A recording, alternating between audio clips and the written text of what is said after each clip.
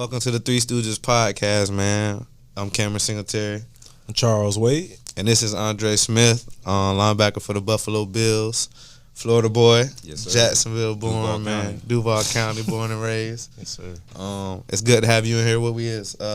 Season 2, episode 2. Man, Yes, sir. double twos. Double twos. We got to see what that mean. That might mean something. This might be the best one yet. Man, let's see what it means. Right. So, Yes, sir. man, give the people some background about yourself. Oh man. So I actually wasn't born in Jacksonville. So my dad was in the Navy. So I was born in Portsmouth, Virginia. Okay. Then two months after that, we moved to like Key West, and then 2 years after that, St. Petersburg. Then I lived in Mississippi for a little bit, Gulfport, Mississippi. Oh wow. Where I really started playing. That's where I first started playing organized ball. Okay. I was like 4 years old. I remember I tried out for football in the Pop Warner coach's backyard. Like, it was some wild stuff. Wow. And then second grade came to Jacksonville. Been here ever since. So, Okay. Raised in Duval for sure, but I can't say I was born Here. All right. All right. I understand. That makes sense. How you want to start, man? We Cool. Let's just go ahead and get into the high school then. Let's go ahead and get there. So let's go ahead and ask the most important question. Go You ahead. know, I'm just going to start with this. I'll let you ask that. Go ahead. Like, I know you went to Terry Parker. What made you make that move to transfer to Trinity? Oh yeah. It was just seeing that where I wanted to go in life, Right. Terry Parker was not the best situation. For sure. And so I knew that, the NFL for me was always a goal. Like, college was just a step that I needed to get there. And so, I heard about these boys on the west side. And really when I first started to transfer, I was looking at Sandalwood, First Coast, like Coach Geis, all them. Definitely. Send me your coach, what's his name? Coach Clark. At First Coast, I think. Coach C. Coach C, right? From First Coast. And so Trinity, how that kind of transpired was I used to work out at this place with Coach McKinney, Roderick McKinney, and Deion Eakins used to be up there, and he played at Trinity, and so I was just like, what's up? What's What's going on? Yeah. And then he was like, yeah, bro, just come to the open house. Went to the open house, met the head coach, Coach Dormany, and then, from there, the rest was history. But basically, I seen what they had going on, and they had multiple guys with multiple offers. Yeah. And so, I felt like I had played good, especially my sophomore year, and I got offered by UNC. The coach Dan Dish, he went to Terry Parker, so that's the connection there. He was I didn't know that. Yeah, it was crazy. Okay. So he was like, you my little diamond in the rough, that's what he would tell me. And so I'm glad I ended up going to Carolina and everything, but I still wanted more offers. Florida State was huge, for me. Yeah. And so actually one time Especially at Terry the time. Parker, they was balling. They had dogs everywhere. And then I remember at Terry Parker, Coach Glass, he actually was a walk-on receiver at FSU, so he had connections. So the wide receiver coach came, talked to me, and he was literally we was in the gym during school hours, and literally the dude was like, if you just had a couple more inches, Wow. we offer you right now. Wow. So Missed out. That's that's how the thing goes. That's just how the game goes. And then so I remember even when UNC called me, I called Florida State the coach. I was like, yeah, UNC offered me. I'm thinking Yeah, they you're thinking that's gonna be the catalyst. Nope. Right. Yeah. He was like, oh, that's cool. I was like, dang, man. Dang, yeah. So really the transfer was just really about trying to get to that next level. And knowing that I just needed more publicity, and that's what they had. They had multiple players, obviously Kevin Tyler, Jeff Holland, Victor Alexander, Ben Edwards, Kavaris, Harkless, the list goes on. All them You boys, feel me? for sure. You feel me? The list, and all them boys was Not even to four-star, mention the five-star. young Right, pups. exactly. That's Exactly. That was doing it under, now. yeah. You know what I'm saying? And so I saw that, and I'm watching they huddle and everything, and actually how everything transpired. My boy Vic, he still give me a hard time about it sometimes. But I had messaged him on Facebook, so his name was Vic's Mr. Futuristic. So I'm like, man, what's with this guy? And so no, but basically, when I went to open house and everything, V-Man was because the commute, I live right around the corner from Terry Parker. That's where going way out there to 800 Hammond was a trip. You feel I already me? know it. And my people wasn't gonna be able to do that. And so Vic was already driving, and they told me that, and he lived in Fort Caroline. Okay. So I basically hit him up, was like, I'm trying to do this, whoops, and my little highlights, all that stuff, and it's like, can you give me a ride? Can That's we make real this though. work? Yeah, And then so that's what happened. Like every day until like I got my own whip and everything. Yeah. He would pick me up, him, his mom, and his little brother, and we would slide out to the west side. We'd be late a lot, but that's how his Dukes used to do with Facts. me. So Real until talk. I got my car. Dang, See, yeah, people that's don't know crazy. that. Like that's how we got to Kenny. His mom Dang. used to come pick me up. And, what side of town y'all used to be on with? Same Fort- time, Fort you know, Carolina. I went to Fort Carolina Middle. That's how Yeah. I know Deshaun. So it's crazy. Yeah. Small Crazy. world. Yeah, like it is a small world. So man, you look back on it and you see the sacrifices that like parents and people around you made to help you. You know what I'm saying, to get into that 100%. situation. So definitely was a blessing. But For sure. since you talked about Trinity, talk about TP. What's some stuff that you learned being at TP as far as like seeing that it's not at the time, well, because now it's better for football, it but is. A lot at the better. time it wasn't. Talk about what you learned as far as like and what it taught you being young and kind of going through them lumps. yeah, I remember ninth grade. I didn't play. We played first coast. Got whooped. Chris Black was going crazy. Going Crazy, you know, yeah. Going crazy. I think DeAndre Johnson was freshman. Going crazy. Freshman. That's Yep. when he had the freshman campaign. Yep, we got destroyed. And so one of the linebackers got hurt. He was playing like linebacker and running back. And then so the next week we played reball, and I had made varsity, but I don't really call making varsity at Terry Parker like an accomplishment because it wasn't At a the good time, team. you like- feel me? yeah. Right. So like we went 1-9 or my freshman year. So like making varsity, it wasn't like making varsity at like Trinity or Bishop Kenny at these like bigger schools where the program was good. And so I just remember, I got to play that reball game and like the second game, and then from there like I ran with it. Yeah. And but just I remember that summer we had this crazy defense coordinator. His name was like Coach Tackett or something. Mm-hmm. He was like this kind of old white man, gray hair everywhere, but he taught me like I remember it was kind of weird, but he like taught us as a whole team like kind of how like they call the gap. So like a 0 is a nose like straight up, and then like a 1, a 2 wide, two like Right. we was learning all that like Yeah. 3 tech. Yeah. Like Okay. he broke that down He to broke us. the real fundamentals of the game. Yeah, he really did, and he taught me how like to read pulling guards and everything like that. Okay. And so, I had like that type of guidance when I was at Terry Parker as well. And then he left, and then I also had a linebackers coach, Coach Dickerson, crazy guy, but great guy. He used to just push me really hard, and he saw like my potential and everything, and so like we used to be banging, in practice, and he kind of like just put that hard body, like that toughness, Toughness behind you. literally like we would sit in the stands and literally like hit me in the head, like don't close your eyes, don't close your eyes, don't close, like literally that's what we did. So that was freshman year, and then Coach Dickerson and Coach Tackett, they both left, and we got Balaam. I don't know if y'all know Balaam, big old dude. And so Balaam was like the defense coordinator. We had Coach Glass on, the offensive side. He was the head coach, and we really didn't have a linebackers coach my second year. Like I was kind of taking the boys through like the bag drills and everything like that. Like it was kind of crazy, and so. Kind of what I would do to like get better and stuff, like I would be on YouTube, like literally looking up like 4-3 defenses and like different type of stuff like that. Like I would watch at this time, Alabama was they still balling, but they had Dante Hightower there, CJ Mosley. Right. Even though it was a different defense, like I would still watch their highlights and see, okay, what did they do when this guard pulled and like Dante, he's like he was out of there, you know what I'm saying? So like just seeing stuff like that and kind of self-teaching myself a little bit. I mean, it was, I think, very important to my development as a linebacker for sure. But like that's just how it was. Like I really, my second year, other than the stuff that I learned from, the coaches my freshman year, our second year was like just off the muscle, like off the sheer power of you feel me? going to do it. So yeah, that's how Terry Parker went, and then I was like, yeah, I gotta slide. Gotta slide. Cool. Go ahead and ask your question. Man. Go ahead and answer now before we transition. So what was it like playing against Bishop Kenny? This man. No, it was bad. I remember freshman year and like Boy made me fumble. Yeah. I'm gonna throw that out there before he said it. That boy made me fumble. But again though, on that play, the guard pulled. I shot the gap. Literally like that was it. You feel me? So literally just learning from Coach Tack and all that stuff, like when the guard pulled, like go. You feel me? Yeah, don't second guess.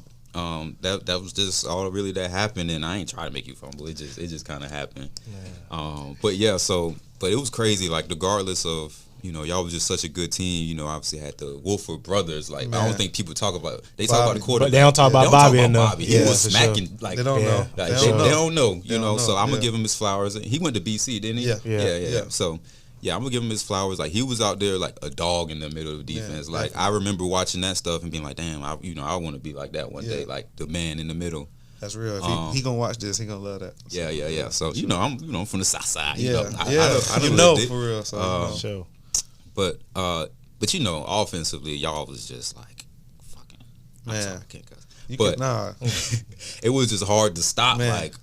Ahmad Black, like what the heck? Like you cannot stop that guy. Like literally, we didn't have athletically, size wise, speed wise, we didn't have no one that could run with him. Like it was crazy. Then you had him and you and y'all just system was just so much more like advanced at the time. Advanced, and that's what me and him talk about too. Yeah, like y'all's because we ain't have we ain't have necessarily like the best talent of everybody, but Facts. Our scheme helped us beat a lot of people. Like Johnny used to do check offense. Yeah, right? Check the play at the line of scrimmage. Like we call formations. That's it. Oh yeah, see, I didn't know that. That's crazy. So we just see, we lined up and running plays off where you lined up. Yeah, sure. Y'all was running away from CC. Running away from CC, running away from you. Like, I promise. So it's like the whole game. Yeah, no, I didn't know that though. And I just remember, what was I gonna say? Yeah, it was just hard to beat y'all, and we would never. But y'all stadium was amazing. Oh yeah, right off the man. water. I was like, dang, these boys living like this, man. Got 40 dropped on us though. Before we transition though, I gotta ask, what's the best high school players that you either played with or played against?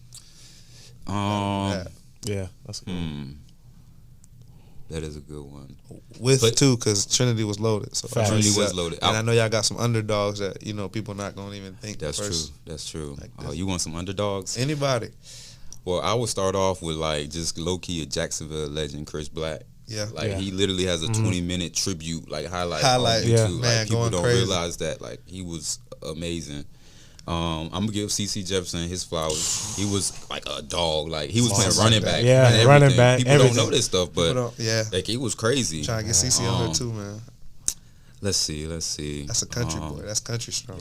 Yeah, country. There was country out there. What? I mean, we went out there. I thought we was gonna be called all type of. Man, it was. What? You know it. You woke up. You woke up. Looked around the bus. They whole city out there. Man. Yeah, the whole city. Let me think. Who else?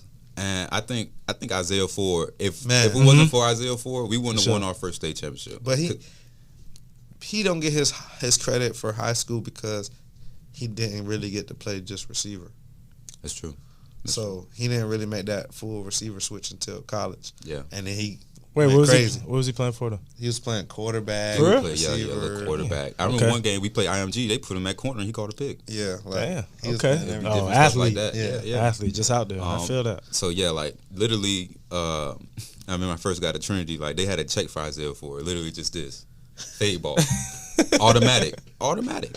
Yeah. So it was crazy. I'm gonna give my boy Vic his flowers too. Cause I ain't never seen nobody hit that hard. Like that. Yeah. It's incredible. I'm glad that I got to we would do hand drills against each other and it would be crazy. Whew. There would be some hits because he's just a low shoulder, angry person. Powerful, fast. Powerful, big legs, built like a bowling ball. We used to wait till after the games, bro, just see the highlights bro. Just to see the highlights. People getting smacked, bro. Thank the Lord we ain't playing, y'all. Man, what? Look, we was we undefeated, they're undefeated, but we gonna keep them off the schedule. Man, what? We need our people for the playoffs. You know what's gonna happen. We need some people for the playoffs to be hurt. We seen Ben Edwards get the first person I ever seen get a target in high school. In high school, for sure. He hit somebody from Episcopal. Yeah. I said, "Oh my God, I know that boy quit." Bro, I know he quit. That's not even getting hurt and rehab. You get hurt and quit. Definitely. Put the pads up. Your mom nah. Yeah, your mom seen that. Yeah, if your mom was at the game and seen that, baby, we need to play soccer. For real though. Soccer. For real. But let's just transition. We can still stay on Trinity. What was the culture there? Like, how did you guys motivate each other to keep getting better every day? Man, it was honestly crazy. It would be like the motto of the team was like the most violent team wins, and it showed. It literally showed. Like our spring practices and like the training camp. Like we would go out to like this real small town in Georgia. I don't remember the name of the place. Real small town. It'd be just us for like 5 days, and the hidden drills legendary. Like if you know anything about that little camp and what we would do out there in the spring, and if you ever seen like legendary, like we was like that's just how we did, like, and it was just really about whooping the person ass in front of you. Like we had a just drill called Root Hog, and literally it kind of start as like a little board drill kind of deal, but literally it's like put him on the ground, get on top of him, and headbutt him. Literally, like that has happened. Show him. Like Kendrick Norton, Deion Eakins, like I ain't trying to throw like, but Deion got whooped. And Kendrick hopped on top of him like these 300-pound dudes. You know what I'm saying? Going at each other. Who, like you just a dog. Like that's what they breed there. And the workouts, I still haven't been through workouts that was as hard as Trinity's. I was like, I see why these boys are so good. The workouts was incredibly hard. Like, and then they'll pass out one water bottle and say, everybody better get some, or we're gonna run some more. Like it would be crazy. Like the hardest workouts, I promise. Everybody ever. Like people don't know, but you actually like them workouts was crazy hard. Crazy it hard. Shows though. I was about to say it's crazy you say that, because like we always wondered like what make Trinity so different. Elite. Like we know y'all got great players, like we know y'all putting in the work, like that we see the highlights and stuff like that, but like now that you say that, now it make more sense. Now I understand why y'all were what y'all were and why y'all still are what y'all are. So, for sure. Shout out to Coach Dormley, Coach Ross, Coach Gus Scott. They make sure that it stay the same. You feel me? They make sure like the standard of Trinity is the standard of Trinity. Like that's how it go. For sure. And you gotta wear that Dixon fault with a visor. And you don't take your visor off. No matter what. Like, don't take your visor off. And you gotta spat. Like so, like that's just how they wired over there. Man. Yeah, that's why I used to be crazy. Man, we could never do that. Man, we used to get in trouble for wearing socks. Man, we would get in trouble for not going crazy. You feel me? Y'all had to have the swag. Had to. Before we transition to college, but what players when you were around that age did you look up to? Not it could be local players that you looked up to, but also some older linebackers that you also like feel like you tried to model your game after when you at that age. Well, like I said, like Dante Hightower, C.J. Mosley, for sure, like a huge Patrick Willis fan. I think Patrick Willis been crazy. Best linebacker. He's my favorite linebacker. Honestly, Vic and how he hit people. Like I would like try to hit people how Vic hit people. You feel me? And let me see who else. I think I try to take like a lot of pieces of kind of like everyone's game. So even like when I start seeing Jeff Holland and how he pass rush, I started to learn how to pass rush. I ain't have none of that in my repertoire, so I wanted to add that to my repertoire. I'd probably say that about it though. Yeah. That's crazy though. Yeah. Some good names. Yeah, sure. You want to transition? What's some players in your class that you kept up with when y'all came out at the same year? Do you have any like linebackers that you knew like when you were coming out, like, oh, okay, this guy's kind of my playing style, this guy. Well, just to actually throw another name in there for the linebacker, Reuben Foster was definitely. Reuben Foster, his high school highlights was incredible. Yeah, crazy. You feel me? I was like, I'll probably never be able to play like that. Yeah, it was crazy. He was a monster. But let's see, for my class, well, I think I low-key be trying to keep up with like Roquan Smith. So for the Bears, Tremaine Edmonds, who's my teammate.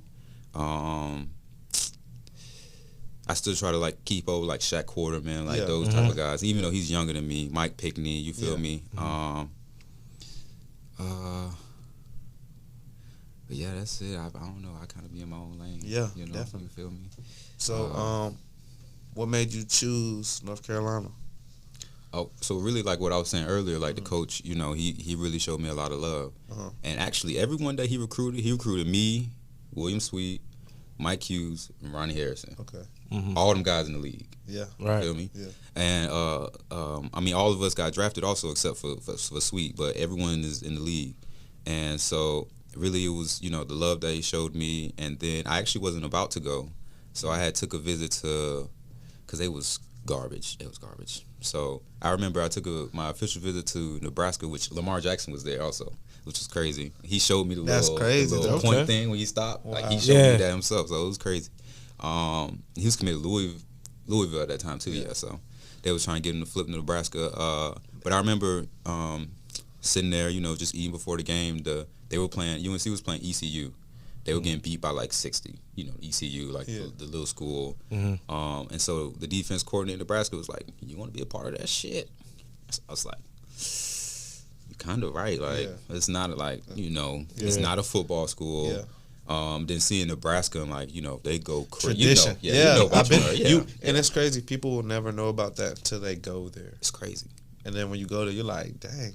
It's this serious to y'all? Like, it's so serious. They treat every player like a god. Like, man, it was. So I was actually like, I'm messing with Nebraska. Like, I told you. You did. When he was a senior in high school, he had got offered by Purdue, and at the time I told him, I was like, you get a Nebraska offer, go to Nebraska. Like, don't go to Wake, go to Nebraska. Because I was already in Nebraska and going to my school, so I with Ryan and everybody. So I'm telling him, I done seen Chris play. Like, it's nobody up there in skill positions as fast as you. It's nobody, you know what I'm saying? No linebackers up there in the conference looking like you. Exactly. Go play. Like, go be the big fish in a small pond. Like, keep saying it. People keep defending it, so you must be right. I'm trying to tell you. Nebraska, that man, I was really about to go there. Really. So I was even committed to Carolina, but I was like, I don't know. So really, what stopped me from going, I had went to UNC for one last visit. I think Thanksgiving, they was playing NC State. They got whooped. And so I'm going in there to, like, you know, just talk to the coaches. I was really going to tell them, like, I'm not coming here. Yeah. Literally got the ESPN alert. Bo Pelini and staff has been fired. I said, dang, I guess I'm coming to UNC. Okay. Yeah. But then what was crazy about that, and so that defense coordinator, that same guy that told me, you want to be a part of that shit, he ended up being the linebackers coach at UNC. Wow. That's how it worked out. His name John Papuchis. That's God, though. It's God, yeah. And so I had that relationship, you know, that was already there, and coming into college with a new coach, and came in early. And so, yeah, that's kind of like how everything happened. So I took official visits to Nebraska, Wisconsin. Wisconsin's like kind of almost the same as Nebraska, but Wisconsin had like 5 linebackers committed. I'm like, I'm not going to put myself in that situation. It's just not smart. And then Miami was also there, but my mom, she wasn't going to let me go to Miami, which I'm thankful. Because I didn't need to be down there. Some trouble down there. Yeah, some trouble. I didn't need to be in that type of lifestyle. So I appreciate my dude. She didn't even let me take the visit. Like, she was like, you're not going. Yeah, you're not going. Wow. Freaking Coach Golden and what's his Al name? Golden at the time. And the linebackers coach like came sitting in the living room like, you gonna let his son take a visit? Nah. Crazy. So so UNC ended up being the one. All right, cool. Whatchamacallit. So keeping on the subject of UNC, we played y'all. You know, y'all whooped up on us, bro. My sophomore year, man, we thought we was gonna win too. First quarter was good. That was the last great time, boy. We ain't scored no points. But whatchamacallit, when did y'all know y'all were gonna be good? Like, when did you know y'all were gonna have the success that y'all had? Yeah, that's actually interesting. You know, my freshman year, we had Marquise Williams at quarterback. Right. And that first game, we played South Carolina. We was real close, but, like, he threw 3 picks in the red zone. So I'm like, to the same, well, 2. Sky Moore, the linebacker, he caught 2 of them. Sky Moore, he legit now. Yeah, he's legit, yeah. American heritage, right? Mm-hmm. Yeah. Yep, you're right. And so, you know, I ain't know what it was going to be like after that. I'm like, okay, so are we good or, like, are we not? I thought the defense played well. You know, they had, like, some 4th down stops and everything like that. But I didn't know, like, the trajectory. I didn't know we was going to win 11 games and be 11-3. And so I think when we played Miami or we played, like, Duke homecoming and we blew both of them out. I was like, oh, yeah, we legit. Yeah. We legit. Like, we can't be stopped. Like, we had backs, Elijah Hood, TJ Logan. We had receivers, Ryan Switzer, Mac Hollins, Austin Pro, Buck Howard. We had guys that they made plays, and it was crazy. So people would still try to like try us, like, oh, y'all not playing nobody, this and that. Like, I mean, we just playing our conference and we winning. Yeah. Like, Right. what you mean? Like, Exactly. you feel me? So The years before when y'all was losing them games, they was on y'all. So what's the Exactly. difference now when we win them?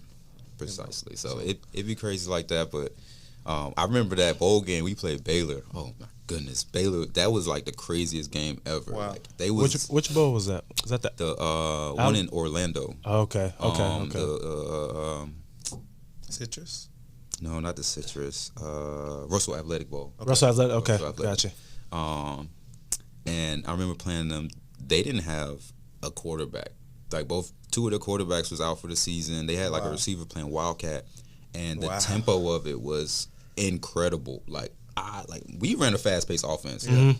No, we didn't. They ran a fast paced offense. Their shit was crazy. Yeah. Like they would rotate whole offenses lines. Like it was insane. Like the speed they had fast. They had that Corey. I know you talking about. Went to the Browns. Yeah, him. Was on Hard Knocks. Corey Coleman. Yeah, Corey Coleman. Yeah. Or they just Was had mad like, that he got Yeah, benched man. on, Hard Knocks. he got For sure. they just had stupid speed, crazy tempo, and that was like just a wild game. And yeah, so that's how that season ended. Who was the best player that you played with on in your UNC team? I might gotta say Switz. His senior year, he went crazy. Not gonna went crazy. lie. I believe it, Ryan Switzer. bro. He like that. I seen he bro worked was real catching hard. punts behind his back. Yeah, Bro, Switz was crazy. sitting there warming up. I'm like, ooh, ooh. Yeah. And he took one back, and it got called back on some BS. Yeah, I know you yeah. remember that. Yeah. Bro. He did something like put his hand up, but didn't actually call a fair catch. Caught that joint. Bro was right in front of him. Didn't make the tackle. He right down the sideline. Wow. I mean that's it's game over. I'm dead. They whacked us. I remember he had a hell of a season year. Like I remember we playing Pitt, and it was a close game, and it was like 3 4th down, like conversions in a row, like 4th and 9, 4th and 11, 4th and 7, all him. Wow. It was crazy. I was like, this guy's legit. That's like, crazy because they know they like, ain't finna get the ball. Yeah, he So had it's like 100, like 90 or 100 receptions that year. Like it was incredible. Yeah. I ain't know his stats Nah, was that he like crazy. that. Yeah, he Mac But I Hollins know went he off was on us more too. so like- Mac Hollins, people don't know deep ball threat. Hey. Like it was Yeah, insane. Straight deep I don't know balls. about him. I don't know about him. So y'all telling me something. Bruh. Yeah, it'd be so funny. Like you'll see like his game speed, and like he'll be running past corners, but then he run a 40 and run Wait. like a 4.5. Like So y'all quarterback when this happened was Buddy Trubisky. Yeah, this year, that second year.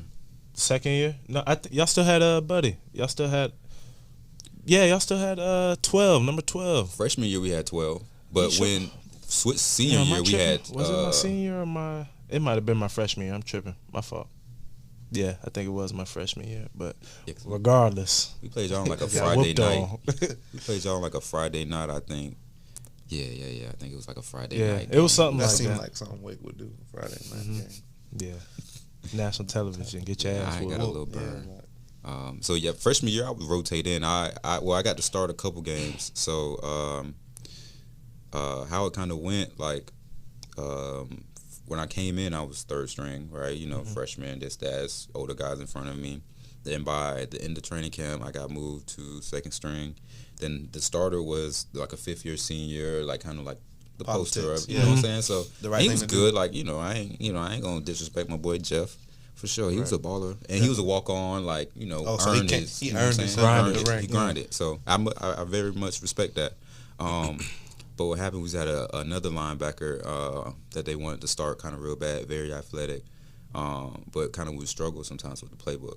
So one game, they was like, all right, since Jeff Sharpman was like the 5th-year senior, very smart. Like they moved him to like that position, let me start at Mike.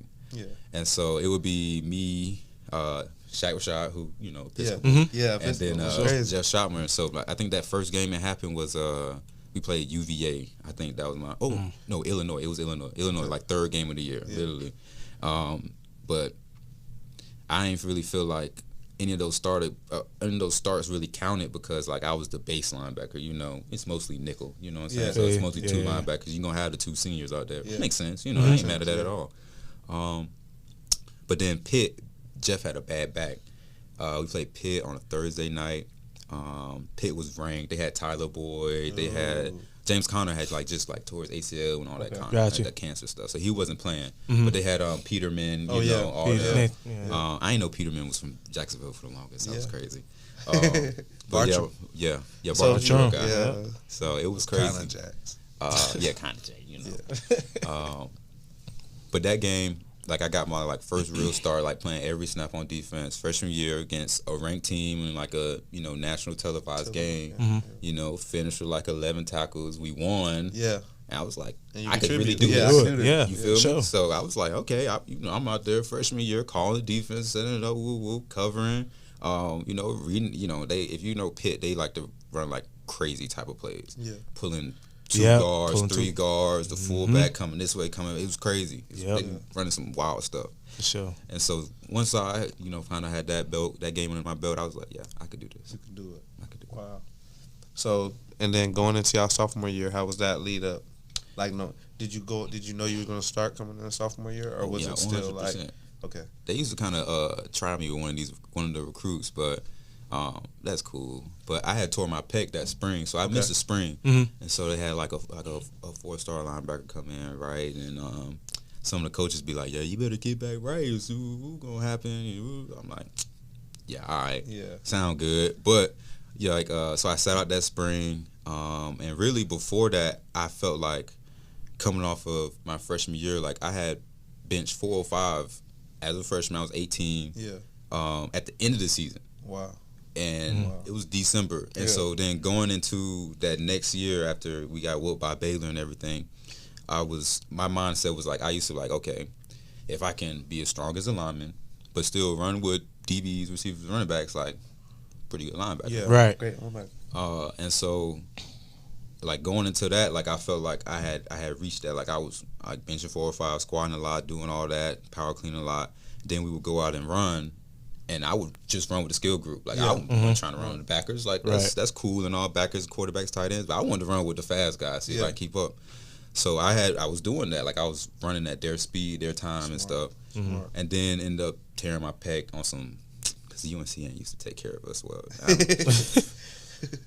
ain't gonna get into all that, but yeah. So ended up tearing my pec on some fugazi BS, and had to have my first surgery, which was weird, after never being hurt. After never being hurt. In high school, it's weird. Explain that distance between the team. Don't move on from that. How was that? How did you deal with that? Being hurt and your first time really missing time away from the sport. It was weird. Some of the stuff that they was having me do, I didn't want to do it because I felt like it was stupid. They would make me go and do the Stairmaster, the whole practice. What? Come on, bro. This not getting. It's not a punishment. Yeah, it's not a punishment. But I tore my pec and it was crazy. And then it's not my fault I tore my pec. It was y'all's fault. Right. Y'all knew my stuff was strained. Yeah. And still let me go out there and do that.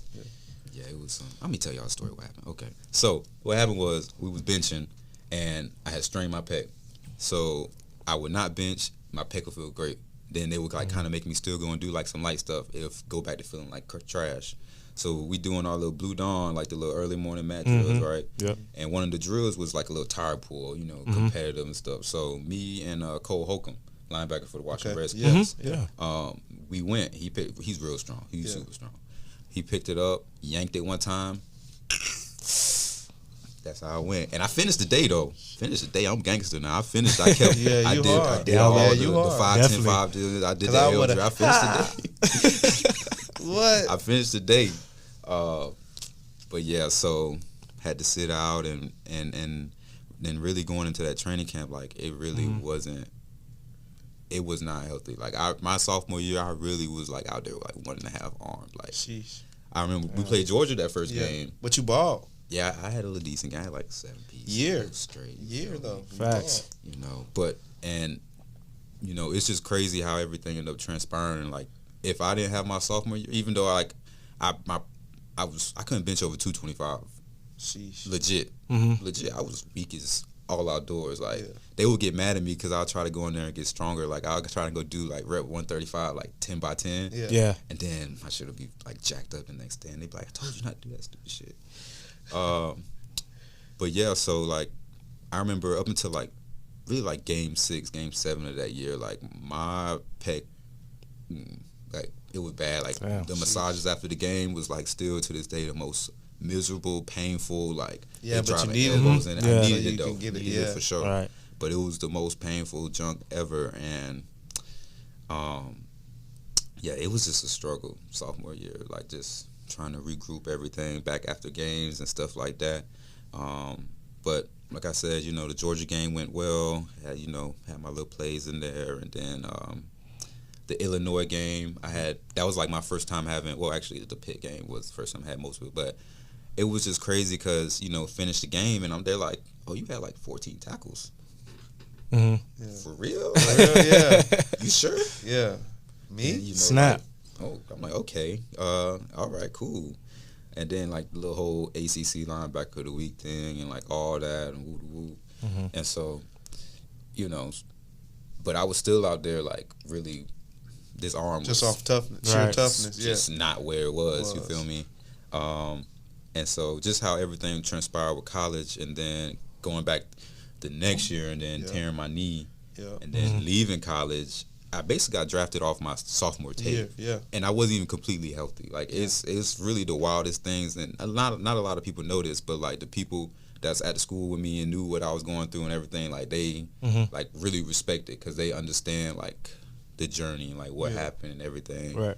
But yeah, so sophomore year going in, I knew I was gonna be the starter. I knew I was the better of the linebackers. Even though I'm not like a cocky guy or anything, person. but you know, what your role is on the team. And so it was kind of cool, just kind of like being young, but being like the man in the middle, like Bobby. You feel me? Yeah. And like controlling the defense, like lining people up, doing the checks and all that and everything. And so it was just great experience and like a huge like learning curve. Yeah, you feel me? And I remember my freshman year. Going into training camp, Gene Chizik was like, he was our DC. He was like, Andre, you got like all the physical tools. But he told me this. He was like, but you are a mental midget. Yeah. And they never say take shit personally. But right. I'm gonna take that personally. Yeah, of course. Calling me stupid. Yeah, like, he calling me, So like since that day, I was like, okay, I'm gonna be on fucking point. Like you would never won't call be me. Right. You'll never call me like dumb again, basically. Right. And so.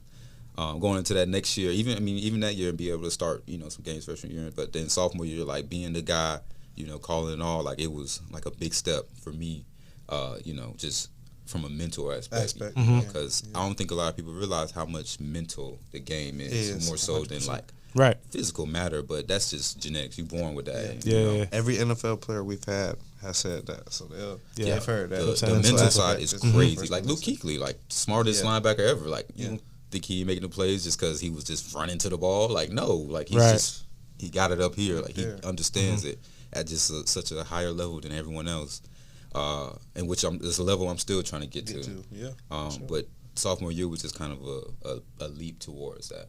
Okay, so how was it getting hurt your junior year, and then still making the decision to go to the league? What was that decision like? Like what made you make that decision too? Because that's a risky decision. Yeah, it was risky. I kind of always knew I was going to leave after 3. I was, school was cool, but like... school at the end of the day. It was school. But like, I always knew what I kind of wanted to do. And like I see my trajectory, like, okay, got to start some games freshman year, played well, got to, be the guy as a sophomore, and I was like, if I get this junior year and play how I know I'm gonna play. Oh yeah, I'm out of here. Yeah, I'm gone. And then so when I got hurt and everything, it just made me realize like, bro, I never got hurt in high school, never this and that. I'm like, we had 20 guys get hurt that year. I'm like, okay, it's not me. It's just like our staff. Something what y'all doing, Our staff is just like not taking care of us properly. And I'm like, so it was a business decision. I was like, Chuck, what's that like? Chuck said something about Wake had this one drill that they used to run that he's seen so many people tear their ACLs. It was like a shake and bake drill. Like it's one drill that they used to run that he said he's seen multiple like 5 or 6 guys like real prominent skill guys on their team just do the drill and then go to make a move and get hurt to the point where they didn't want to do the drill anymore. So to hear that from like you two is like Coaches are that stuck in their ways sometimes their where they ways. can't just. Why? And someone was talking to me about this the other day. One of my little homies, he was like, "Why am I a DB doing the same lifts as our starting left tackle?" Star left tackle. Yep. Like that don't make sense. That don't make no sense. Literally don't make sense. Right. And so we had guys with back issues, hella knee issues, shoulder issues. Like it was crazy. And so I just felt like they didn't take good care of us because I remember even my sophomore year. Like I said, I'll be real beat up after games, and then like we'll go into like I think Monday will be off. We'll go into Tuesday, and I'm still out there feeling like shit. But they're like, it's a red day. You gotta grind and all this stuff. Yeah. Like coach, I mean, take care of me a little bit. Like right. I'm your guy. Like Get me back to. come on, like Exactly. work with me. But they was just in there grinding us into the dirt. And so I feel like they just kind of just overworked us in the wrong ways. Right. And so it was a business. I was like, one, do I want to stay in school, potentially get hurt again?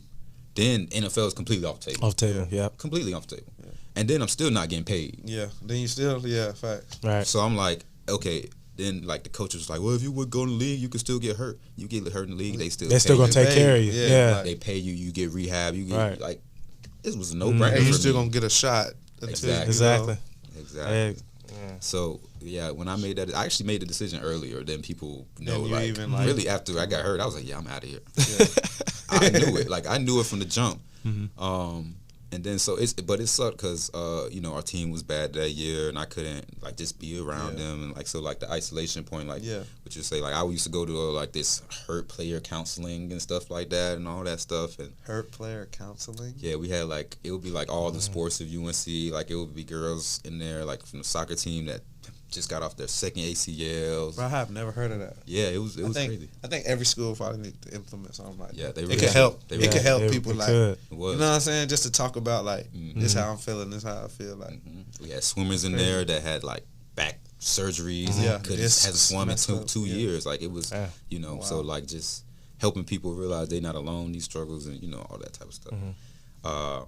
But yeah, so I did feel like isolated and stuff like that, like just basically going to class, kind of. And that boy said, I was going to the league. It wasn't no class. We got a test today. I came here for football. Play football. So it would be crazy. Just be like sitting down and then watching them, and we was losing real bad, and I'm like, yeah, man, I'm out of here. Because I knew the next year we wasn't gonna be no better. We wasn't gonna be no better. Yeah. I ain't even talk about who was gonna be the person that wasn't gonna step up. Right. But we weren't gonna be no better. Right. And I knew that, so I'm like, stay in school, be sorry, potentially get hurt again, not make money. Okay, go to the league, make money. If I get hurt, they still gotta compensate you. And then, just be a professional athlete, not going to class and in school. Right. Like easy decision at that point. It's a no-brainer to me. And so I have really had made that decision. I mean, really, I guess since I was in high school that I was gonna leave after 3. Yeah. But then when I got hurt, I still was like, yeah, they don't take care of me properly anyway, so I'm gonna slide regardless, and just bet on myself. And so I had went to go. It was like end of the year, like December. I had went to go see like one of my counselors that I was close with, and I had let her know that I was like, this is it for me. Like I'm out of here. I'm finna go. And then next thing I know, like the coach is calling me and this and that. And I don't know who she said or what story she posted or something, but basically they start hitting me up. And I remember I was sitting in like our little crib that we had rented, and the team chaplain, like Mitch Mason, cool guy, very great guy, very great guy. But he sat outside that house. He was calling me. I was not going to answer. He sat outside the house for 3 hours until I picked up the phone. And then he was like, listen, I don't want nothing. I just want you to go see Coach Fedora. Then he left. And then I was like, okay, I'll go see Make you see Coach. Yeah, like, come on. But anyways, so go in there, see Coach Fedora, and he's like, obviously it's a bad decision. And like, I'm going to put together this booklet and talk to all these scouts, and we're going to put your name in the thing. And I'm like, I know it's gonna tell me to go back to school. Like, I'm not stupid. Right. Yeah. I just tore my knee my junior year, and I'm like, I wasn't like no 5-star or anything. Like I wasn't like, I think, and I used to compare like so Jalen Smith, linebacker Notre Dame, he got hurt also. Right. But it's a different situation. He was like 5-star, Notre Dame, like Right. guy. So when he got hurt, he still got drafted like second round, right? Yeah. Right. And so I'm like, I'm already knowing my situation. Like, I'm not a dummy at all. Yeah. Like, coach, like, I'm aware, like, it's probably not the smartest decision, like, you know, not the safest decision. It's definitely a risk. But a team gonna believe. But all you need is one. All you need is one. And so, you know, that whole thing happened. They've been trying to convince me, and, like, you know, it's crazy how, like, people that's, you know, obviously will be, like, in your face telling you, good job, good job, good job. Then when you doing something that they don't really like, you ain't gonna make it. You're not good enough. I was just gonna ask this, you, you're not did that. Did that have a positive or a negative effect towards how you looked at them after that? I mean, I don't really fuck with them no more. Like, yeah, know what I'm saying? Because like that, because like, yeah. because I feel some type of way. Even Chucky, like, Yeah. with his coach. I mean, I feel some You know what type I'm of way saying? about the Terry Parker coaches. Even when I was leaving TP, they Yeah. would talk shit Talk to me. shit. Yeah, yeah. They would But- talk shit. Yeah. I remember Coach Glass, because I used to go to Terry Parker, still work out. And not like with the team, but just like on the field. Yeah, on your, Yeah. yeah. And so Balaam's wife was like walking the track or something, told them, Glass text me, Coach Glass was like, you want to go leave and go be with your little team on the west side, go use they field. I'm like, damn, like, coaches like that? Like, Wow. damn, Like, like I'm a sheesh. neighborhood kid trying to. Right. My bad. You should be proud. So, For exactly. Me. Like, you know what I'm saying? So, well, I had, you know, back then I was like, I'm gonna kill him with kindness. So I was just like, yeah, sorry, coach. You know, I'm just trying to get a good workout in and this and that, like just being real kind. And then he was like, you know what? Yeah, I'm sorry. I ain't approached that right way, this and that. I'm like, yeah, of course. Like, I'm a kid. coach. Like, I'm a kid. Exactly. I'm like I 16 know. years old. Yeah. Like, what do you mean? You're a Like, grown man. Yeah. exactly. Tell me, yeah, come on, bro. So, like, that definitely hurts the relationship. And even, like, Balaam would be like, you're going to go over there, you're not going to start at Trinity, this, that, and the third, and, like, you're going to be, like, the second-tier citizen, and, like, all this, you know, all that stuff. And so, like, you just see how, you know, people act when you ain't doing what you want. sure. You know what Oh, I'm yeah. saying? They So, won't exactly. exactly. So, it was the same thing with college. Like, you know, our relationship just ain't the same because you ain't believing me, Yeah. basically. You ain't, like, the guy that you recruited and did all this, and the guy that was your signal caller in your defense for, like, 2.5, 3 years, whatever you want to call it. You ain't going to believe in me? Like, Yeah. so, you know, I wasn't going to be like, And they pick guys that they want to endorse too. oh, man. Talk about it. So that nah, this is the place to talk about it. Look, he talking so I ain't gonna even talk, but they do, bro. Cause like They do. bro. Like literally, I seen it with my own eyes. Chucky, a 4-year starter. Mm-hmm. His coach said it's gonna be a long shot. What you mean? You supposed to go and put your hat on the desk for this man? Exactly. He was a 4-year starter. Exactly. Man. What the hell? What else could he have? What could he have done more than be a 4-year starter for your program? Exactly, bro. Gave y'all all I had. What you mean? And I ain't got much money for it either. Like, You don't get paid for it At all. But the little money they give y'all for groceries and for your school and for your rent, and that's not. and then some dudes in college send that back home. Send that back. Yeah. You ain't lying. Like, come on, man. And don't let you want to buy a pair of sneakers. Exactly. Don't let you. That's half that. Don't want you. Wanna get a t-shirt. Sell those sneakers, Man. 'Cause we had that Yeah. situation. Don't sell them to try to get you some money. Oh, yeah, because Yeah. y'all had the Jordan. Jordan, yeah. Yeah. You see what happened. Yeah.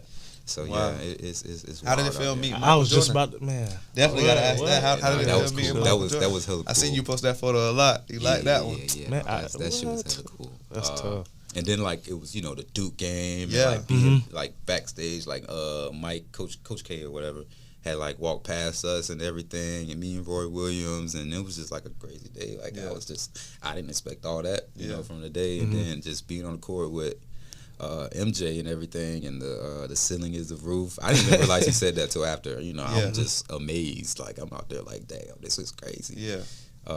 But no, like it was definitely like once in a lifetime. He was real nice. He was a cool guy, but I mean, it wasn't like too much interaction. You feel me? Yeah. Like we just went out there, shook his hand, took the pictures, announced that we was going to Jordan, and like that was kind of really it. So, but it was just amazing just to be able to actually meet Michael Jordan. Shake the hand with all the jacked up fingers and all that stuff. Sure. So That you hear it about. was cool. Yeah. It was cool. So how did it feel to get drafted?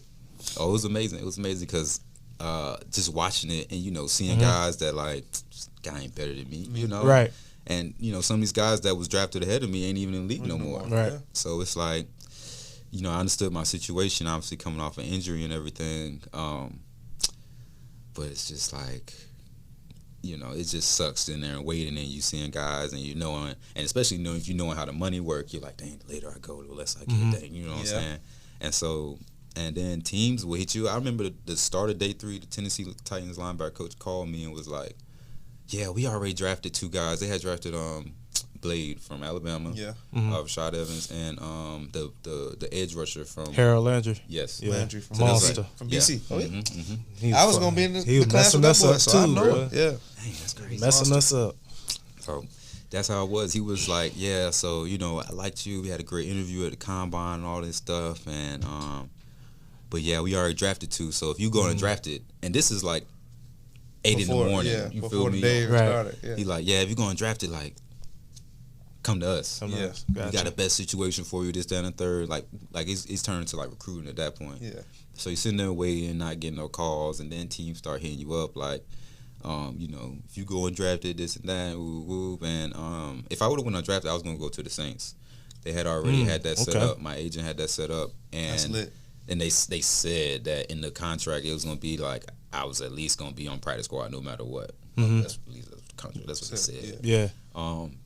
But yeah, like being like drafted and getting a call is like it's like no other. Like, you know, that's the dream. You feel me? You know, I wasn't like one of those guys like, you know, with ESPN up in my house, Right. and all that stuff. Right. But you know, my kinfolk was there. You know, my people was there. We was right over there, right around the corner from Terry Parker. You feel me? And you know, got a call. Everyone's crying and you know screaming and you know everything like that. I'm getting chills talking about it right now. Man. You know, it's just that's like the dream of what you want, what you regardless work of for. whenever it happens. Right. That's what you Get that call Yeah. and you like, damn, this is really it. Like this how it goes. So, you know, Sure. the Panthers. It was a linebackers coach that called me because we had did an interview and at the combine and everything, and he was a new linebackers coach as well. And he was like, "Yeah, man, we about to draft you." I'm like, "You don't want me to go undrafted? Like this not an undrafted call?" Like, oh, it's like, "No, we about to pick you up." Yeah. I was like, "Oh shit, oh shit, this is real." It's real, yeah. Man, what? Yeah, it's crazy. Yeah. The Panthers and you know just Luke Kuechly, Thomas Davis, Shaq Thompson, and just thinking of like, you know, how much I'm gonna be able to learn from them. And then like they had another 7th round pick, like 4 picks later or something. Then they draft Kendrick Noren, you know, from Trinity. Right. So it was just like, dang man, like this is cool. That's like cool, you know, this is cool. And what I heard was, so actually one of my agents had texted me, and he was like, he told me the Colts was gonna pick me. So the Colts had the next pick after the Panthers. So he was like, hey, the Colts about to take you. And then he's like, oh shit, the Panthers just drafted you. I was like, yeah, they them boys called me. So I was about to be a Colt. Yeah, Colt. It's Damn. crazy. It's crazy. Damn, So, you know, that's how I go. So they had already tough. basically told my agent, the Colts did, that they was gonna get me, but then the Panthers had, you know, already snagged me. So yeah, so it was amazing just to, you know, have that moment. You know, that's just, you know, what you work toward, to have that one day, regardless of when it is, and it might not be all glamorous or whatever, but that moment is like you'll never forget that. Yeah. You know? Experience. Yeah. I was just gonna say, what was that first game experience like in the NFL? That's crazy. I was thinking about that earlier. So my rookie year, we had like a lot of linebackers. Like Coach Rivera he was a linebacker, you know. He played for the Bears, all this type of thing. So he used to be like kind of linebacker heavy. So we had like 9 linebackers on the roster, which is a lot. Yeah, it's a lot. Yeah. So I used to be, and they was all older, and I was 7th round pick, right? So I'm like kind of the bottom. Yeah. But I was good enough to make the team. Yeah. Right. But so I was like, I call it clipboard shawty. So like I'd be like the inactive guy. Like I'm on the 53, but I didn't know this time going to it's like, okay, you got to make 53. You got to make 53. Then on game day, they only dress 46. Wow. Right. I ain't know that. Yeah. Okay. And I'm like, wait, you telling me I don't even get to dress? Like I'm finna be out there in sweats and Man. like the linebackers coach, Coach Russ be like, yeah, Dre, like here's a clipboard, like, you know, write down the formations, what they did, you know, if the run play, the pass play, like different types of stuff. So I was literally clipboard shawty. You feel me? Yeah. And so the 4th game, someone got hurt. TD was suspended, so it was an extra spot. So coming into that season anyways, at the combine I had pulled my hamstring. In training camp I had pulled my hamstring in our first preseason game against the Buffalo Bills, which is crazy too. Wow. And then so our first game against the Giants, and Graham Gano made like a last second like 55-yard kick to win. But going down on that kickoff, just playing special teams, I pulled my hamstring Sheesh. for the third time in a year, in the same year. And so I didn't want to get out the game and like, like I want to play. Like this is my first NFL game. Like you feel me? It was like week 4. And so like if you ever watch the film, the special teams film, I just look like I'm like bullshitting down the field. But really I'm really on one leg. Yeah, I'm really hurt. So I'm just, trying to finish my first game. And, just to, go on and win the stuff and how we did it. And that was pretty cool, but it wasn't like, I guess, the first game experience you think you will have, right? So it was kind of jacked up like that. That's crazy. How was it like playing with Cam Newton? Oh, Cam, it's actually crazy. So Cam definitely wasn't the best player on the team. Luke Kuechly was. Cam was obviously like top, up there for sure. But the way that the city and the fans respond to Cam Newton, like when he come in the stadium, don't nobody control the crowd like he do. Don't nobody like bring the energy and get like the whole crowd control. Like I guess how Kanye just had a little party. That's Cam Newton. Every time, like whether it was like what we used to call that, a training camp in front of like practice in front of fans, like Cam Newton was everything. Like Luke, they'll call Luke Kuechly game. Of course, he'll get like applause, but it was different when Cam Newton coming there with the Superman, all that stuff, all that. And it was different just seeing it. But as far as like, I actually got a funny story with Cam. We used to, our rookie year, we would go on like these rookie dinners with like our rookie player development person, Mark Harrier. And so we was at like Ruth Chris or something in Uptown Charlotte, and Cam lived in like one of the little condos like above it or something. So we had a first round receiver, DJ Matthews. They was like not DJ Matthews, DJ Moore. DJ Matthews, great player also. For sure. Yeah, great. For sure. Great. Hope he does really well at Indiana. He gonna ball out. Yeah, he gonna snap. Yeah. And so he come down and sit in there. And so me and my homie Jermaine, the other linebacker that got drafted with me, he was like, "You think Cam know your name?" I was like, "Nah, he don't know my name. Not a shot at all." So he's like asking, he was like, "Hey, you know his name?" He's like, "Oh, that's new guy." He's like, you gotta earn your name around here. I was like, that's fine, it's cool. But yeah, I was new guy to Cam Newton. So that's just kind of how it was. But we had like a lot of guys that were like, Cam Newton was an MVP of the league. Yeah. Like Greg Olsen, like Thomas Davis, like he was a Walter Payton Man of the Year. Like, like they just kind of operate differently. It's not like college and like high school where like it's like you need somebody else to drive you to do what you need to do.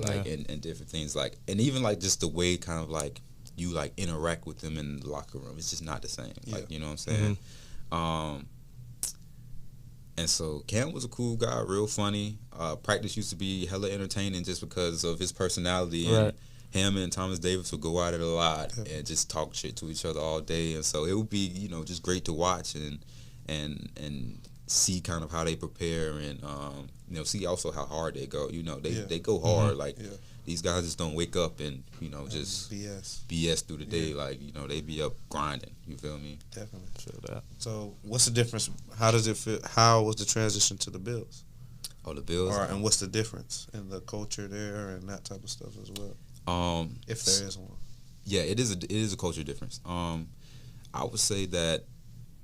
Well, just to answer your question about the transition, so how everything happened and transpired, we got the new coach, Matt Rule, and I can't drop too much tea because I'm still playing. I don't need no drama. Facts, for sure. Facts. But, basically, they ended up cutting me. Yeah. Just say that. And then, that whole process was just crazy, kind of. So I remember I came up to the stadium. We had a practice on Friday, and it was the hardest training camp I ever had. I will say that. I can admit that. It was crazy. So I remember our last practice, they rested the starters. Wow. We already had less guys because of, like, the COVID rules and all that stuff. And so we would do 2-spot. So, like one group of offense, defense be over here, one group of offense, defense be over here. And so, kind of, and it's hot, obviously, you know what I'm saying? So guys was like literally dying, like passing out on the field, like was just like walking off the field like, like it was like just that bad. And like I just remember like my last practice, like going 20 straight plays, like in camp, like in 100-degree weather. And even that day, I had like caught a pick in practice, like did things like that. I actually went on the special teams and blocked a punt too. So you had a great practice. So my last practice, Carolina, I balled. You balled, right? Really, that whole last week I had ball. But that's neither here or there. And so what ended up happening was you ended up cutting me like that Sunday. So Friday was the practice, had a day off. Then Sunday I get into the stadium like 7:30, and with Coach Rivera's staff, I knew who the Grim Reaper was. That's what we called the cut guy. It was a guy named Grant. But I didn't know who Matt Rule's guy was. So he was at the door waiting on me. And I was just like, yeah, you the Grim Reaper. I already know it. He's like, yeah, I'm going to take you to go see the GM. Yeah, let's go do this. And so, yeah, I'm texting my agent like, yeah, bro, I'm getting cut right now, this and that, woo, woo. He's like, okay, that's fine, we're going to handle it. And so I'm, on the way driving back home because I had to go get like they had like a physical playbook. It was huge. So I had to go get that and bring it back to them. And so I'm like texting them, calling them, stuff like that. Then so after I drop it back and I'm heading back, it's like 9, 10 a.m. And he was like, hey, the Ravens already called and asked about you. I'm like, because, like the first time getting cut, you're like, okay, damn, like, what's my next? career is over. Yeah. I'm going to the worst you extreme. in shock, like, I'm like, damn, this shit's a wrap. Yeah. I'm just, damn, I didn't even make it into year 3. Like, you feel me? So just to kind of like have, I guess, teams already reaching out, so fast it was encouraging. And so everything that happened with the Bills, they showed interest. They had called like around 11 a.m., you feel me? And we had a joint practice with them the year before, and I balled. Okay. So when I actually got up there, they told me that was one of the reasons why they brought me up there. Because the head coach, Sean McDermott, was the defense coordinator with Coach Rivera when they was like in the Super Bowl and everything. Okay. So it all be connected. It all be connected. So that's why we even did the joint practice in the first place. And so, played well, next year, get cut. The Bills calling, and like when you get cut, you go through like the waiver wire, right? Yeah. And so it's kind of like the draft order, like the worst to the best team. Right. You feel me? So the Bills that previous year went to the playoffs, so they knew that they wasn't gonna be able to like get me because someone before them was probably gonna pick me up. So they ended up having the Panthers pull back their cut. So remove the cut because they still had relations, in the front staff, they were still cool with each other and all this. Pulled back the cut and then just ended up trading me for a conditional 7th round pick, which they really finessed because I got traded, whatever, like a week before actual cut down day. You got to go down to 53. Yeah. So when I got up to Buffalo, I had to sit in the hotel for 5 days because the whole COVID thing. You had to had to go do COVID tests, but I couldn't go into the building. So literally, like the last week of training camp, I'm like on the team, but I'm not with them at all. At all. And so the last day of practice, their last training camp practice was actually my first one, and so I got like literally 2 reps. Wow. Literally 2 reps. So like special teams and like a scout team one, and like that was it. Yeah. And so they kind of already ran me the play of what they was gonna try to do. So they was like, yeah, we're probably gonna try to put you on practice squad. Because, with the COVID rules, you're able to elevate a player from practice squad to the like game time to be an active player, and you don't have to like cut them in order to bring them down. Yeah. So they kind of finesse like an extra linebacker spot. Yeah. Which is smart on them. Which is smart. And then it took back the conditional 7th round pick from the Panthers, so they don't even get that pick from the Bills no more because it was conditional, and they cut me. Then they cut you and put me on practice squad. So now that's not even a thing anymore. So they kind of really just finessed an extra linebacker spot. Smart, you know, big baller bean, smart guy. Yeah, for sure. And then so I was on practice squad, but week 2, I ended up playing against Miami Dolphins. Yeah.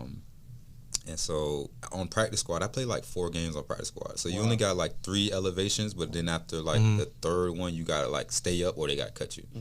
And so going into the Jets game, the second time we played the Jets, it was like week 6 maybe. And so they gave me an option. They were like, we want to sign you, obviously, to the 53, right? But with injuries and everything right now, if we signed you, we might have to cut you and bring someone else in because of the injuries. I think we had like tight end injuries and something like that. And so, they gave me an option. It was like literally either you could just, because I think the paycheck was like a $5,000 difference. But it was like literally you could sign to the 53, and then we might have to make a move, and cut you, and then try to do that whole thing where you could not even come back to us. You could go across the country. You feel me? Right. And so, or you could like help us out and then just play this last game on practice squad, and then we'll sign you like the next week. So I, did that. Of course. And I think they like respected that, and like, just that I was willing to be a team player. You feel me? Stuff like that. I mean, it's no brainer for me. Like, for sure. $5,000 move across the country. Yeah, I'm straight. Good. It's great. So I think I like to hear, but just also to speak on like the difference of the team. Like I feel like Coach McDermott created like a very like ego-free locker room. Okay. You feel me? So I was like talking about like kind of like the Panthers and like the guys that they had, and I ain't gonna speak too much and all that, but like the Bills and like the way that the players interact with each other, and like just people from one side of the locker room over there, whatever, like, you know what I'm saying? Like it was just kind of very like ego-free. Everyone like from the top guy, Tre'Davious White, he will joke around and buddy with the practice squad guys. You know what I'm saying? Like they're just cool dudes, you feel me? Like, not no Hollywood guys, like even like Steph Diggs, real cool, down to earth dudes. So that's just kind of like the difference of, I think, the locker room, and maybe why the team is also why it's the way it is. But then they ended up signing me, and I really just saw it as an opportunity, because what happened was, which was crazy. Like, God is crazy. Like how life works is absolutely nuts. So I'm the practice squad backer. The first game I don't play, I'm sitting in the booth watching it, right? 3 linebackers get hurt. How does 3 linebackers get hurt in one game? How does that happen? That's crazy. Yeah, don't. That's crazy. Like maybe 3 guys, but all of them be linebackers. So I think like Tremaine hurt his shoulder, Milano pulled his hamstring. Actually, it was 4 guys. 4 guys got hurt, but one was able to get back and play the next week. So going into that, like, they had signed another guy that used to be there, Deion Lacey, and so they kind of low-key made us compete for, like, that last little spot and whatnot, which was fine. I get it. Like, that was their old guy, and, like, they trust him, reliable, stuff like that. But I also felt like, kind of why would you have me bring me in, to do this specific thing, and then you brought someone else in, you feel me? So, that's just how the game go, though. But basically, still had to earn my way from that. And then I also, knew, like, okay, when these guys get healthy, like, I got to keep my spot. Like, I'm not going back to practice squad. For sure. I'm not. Like, that's not me. So, I just had to keep balling. So, like, that Jets game, like, I went crazy on teams. I went crazy. Like, teams, special teams film ain't, like, interesting to watch the most. No, people. it is. Well, when you play football. When you play football. When you play football, because Yeah, but I was out there dogging them boys. I like, believe it. Dogging them. And so, because, I felt like I was backed in the corner. Like, I'm like, I can't let these guys come back off of injury and then I just go back to being the practice squad. Like, no, like, it's my opportunity. Yeah, this is my op. So I'm going to make the most of it. So I just start going crazy, and, like, I always took special teams seriously, but with the Bills and their, like, whole culture, like, special teams is, like, huge there. Yeah. And so change the game. The head special teams coach, Heath Farwell, he was that's all connected. He was the assistant special teams coach my rookie year with the Panthers. Wow. So it just all be connected. It's crazy. Yeah, it is. It's crazy. And he played 10 years in the league with Chase Blackburn, who's the head guy in the Panthers, who also played like 10 years in the league. So they're real cool guys, real funny. Like, they be out there running with us and stuff like that. They're real active and stuff. But I knew, like, seeing the team and, like, the other guys that they had, like, oh, yeah, they take, like, special teams, like, dead serious. Like, some teams, like the Panthers, like, we didn't, like, hang up too many kicks. Because, like, they moved the kick line up, so more touchbacks, concussions, all that stuff, no more running starts, all that stuff. And so some teams, like, use it to their advantage because they don't trust their kickoff team to, like, stop the ball before it gets to, like, the 20. 25, you feel me? So it's all, field position game, right?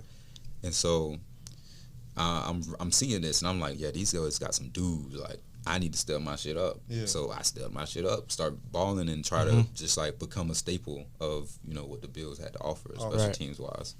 But then again, like I said, like some guys got hurt and things like that. So I actually was able to start some games. Like I started the Patriots game, the first Patriots game we won. Yeah. So I was the base backer coming in base, and Patriots run a lot of like 21 personnel, 12 personnel, stuff like that. Yeah. So actually, what's his name? Jacob. From he Trinity. was the fullback. Not from Reebok. From Reebok. Yeah. Jacob Johnson. He was the fullback. Yeah. And I was smacking.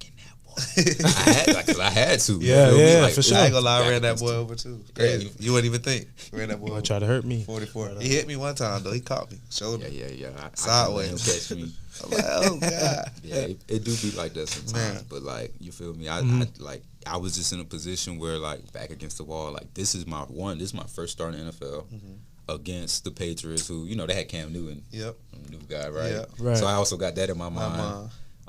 So I'm out there like going crazy, like trying to just be as physical as possible. You feel me? And making sure I'm on point, just doing my job and everything like that. And then I started that game. We won. I started the Chargers game. They did way less 21 personnel, so I only got like 7 snaps that game or something. But still, just just doing my job, trying to show that I'm a reliable player. Like what I'm saying, like when called on, you for sure. Ready. Yeah, so I can't do nothing about all the politics of the game and all that stuff. But when I get my op, I just gotta perform. Yeah. That's all I can do. That's all control what you can control. For sure. All right. Well, before we close out, I know you do a lot of stuff off the field. Tell us about what you do off the field. Yeah. I gotta let you plug in your stuff, man. What you do off the field. Yeah. I got a few things going on, man. So trying to just get this whole generational wealth thing going, Yes, and it really just all started by like trying to get the people who in my pocket the most out my pocket. Out your pocket, yeah. Honestly, just to be real. And so just trying to find ways to create a passive income where, I could put a family member in a spot and they do a job and then they're making money while I'm making money and, it's just, we're all just growing. We're all right. You feel me? Yeah. For sure. And so with the trucking thing, your investment. yeah, so I got 2 like little 18-wheel trucks and, well not little, but 2 Mac 2016 18-wheelers, and the play came because my financial advisor, who's actually my cousin, he's legit though, CSG Wealth Management, shout out my dog. Okay. But he was just like, Dre, I got this plate, you know what I'm saying? Yeah. And he did it too. And he a real cheap guy. Yeah. So I was like, okay, if he does it too, then I should probably do it as well. Do it. And so it was just a play of like, dang, Dre, this could bring in like $1,500 a week on the low end. Yeah. No brainer, like it's a no brainer to me. Yeah. And so, just trying to do things where like, one, I don't got to touch my football money no more, but then like I could also use this passive income to like make sure my mom can retire. Yeah. Like my mom don't got to worry about nothing no more because I'm not even using my football money. This is just my passive income. Like this is what's paying your bills. Like this is what's gonna end up, paying your mortgage on the house I'm gonna buy you and everything like that, and also pay my bills and all this stuff. So that was that, and then just trying to do like some real estate things. So I didn't think I was in the financial position. I bought a house in Charlotte in 2019, not thinking that I didn't think I was in the financial position to buy a house. Just not being financially literate. You feel me? So. Talked to my financial advisor about it. I was looking to rent, about to rent a crib, trying to get out the apartment, got the dog, trying to just get some space. And then the idea of buying a house came about, and I asked my guy, he was like, oh, yeah, great idea. I was very shocked. I was like, you sure? You sure? Yeah, what? You sure? I was a 7th-round pick, right? Yeah. Like, you sure? Spin. And so, was able to get that going. And, even though I live in the house now, it's basically my investment house.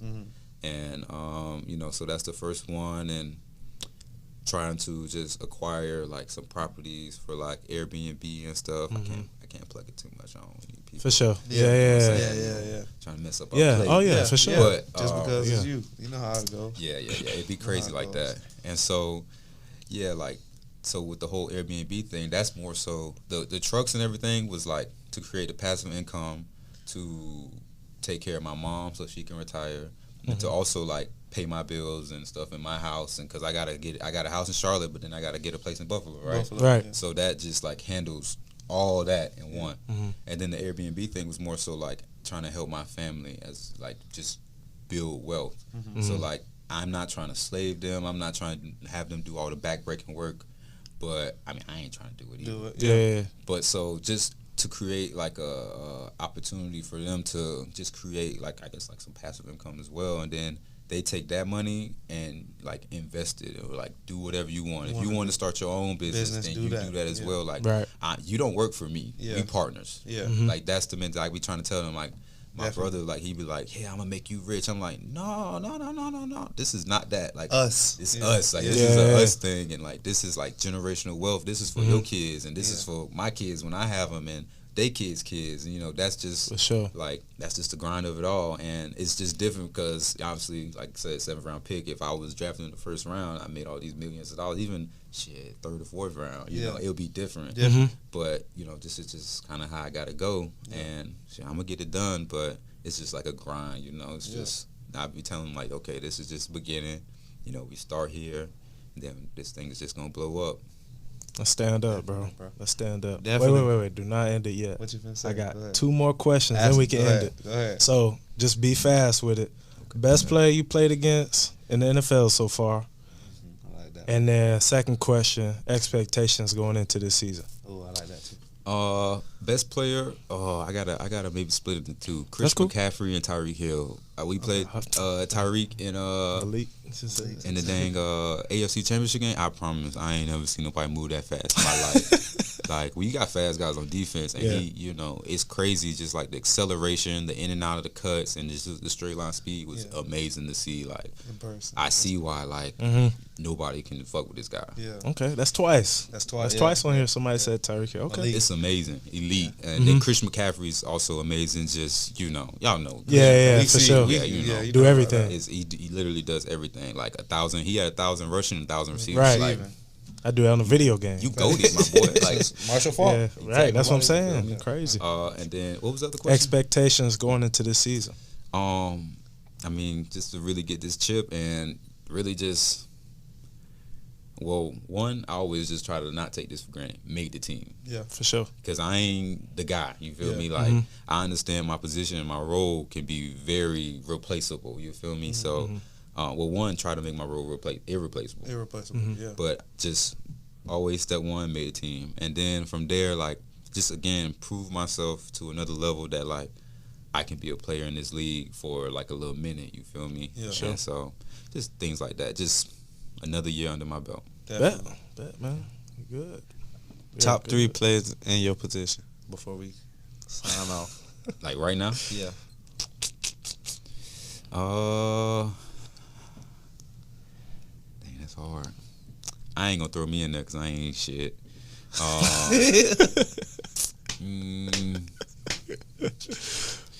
Darius Leonard. Okay. He's a good player. Boy out in San Fran just got paid. Wagner. Wagner. Fred Warner. Warner. He's a very good player. He was actually my combine roommate, which is crazy. For real? I thought he was like a pass rush guy, and then he ended up playing Mike. And I'm like, oh damn, he's super good at it. Obviously. Crazy. I would say Wagner, but I just kind of want to go a different direction. More new school. Oh, Devin White. Okay. I was gonna see if you went to like Devin That boy White. a dog. Yeah, for sure. Yeah, Yeah, Devin White. sure. Easily, yeah. Yeah, you go. So yeah, even that combo, him and Levante David, David, yeah, them boys like that. Yeah. Cool. Okay. That's a good list. Man, appreciate having you on the Three Stooges podcast. Absolutely, Sure. appreciate Man, you having me. you talked about some good stuff, bro. People not gonna realize how smart you are. Like, you know what I'm saying? You got the UNC education, bro. You made it from Terry Parker. People don't realize you can do that too. So you continue to be an influence, because we don't always notice or know our scope of influence. You know what I'm saying? So continue to be influential, like, because I didn't know that. Like, you know, and I had a little buzz in the city coming up, so I didn't realize what my influence was until I got the chance to sit down with my little homeboys and somebody told me, like, hey, look, you told me to do this, bro. Appreciate it. Like, you know, that type of stuff. So continue to share the good stuff and the bad, because you don't know who you influencing. Amen. That's the truth. So you can always help somebody dodge an obstacle, or you can help push them past something. So for sure. Appreciate you coming on, bro. Thank you for talking to us. Yeah. Nah. All right, man. We out of here, man. Appreciate you.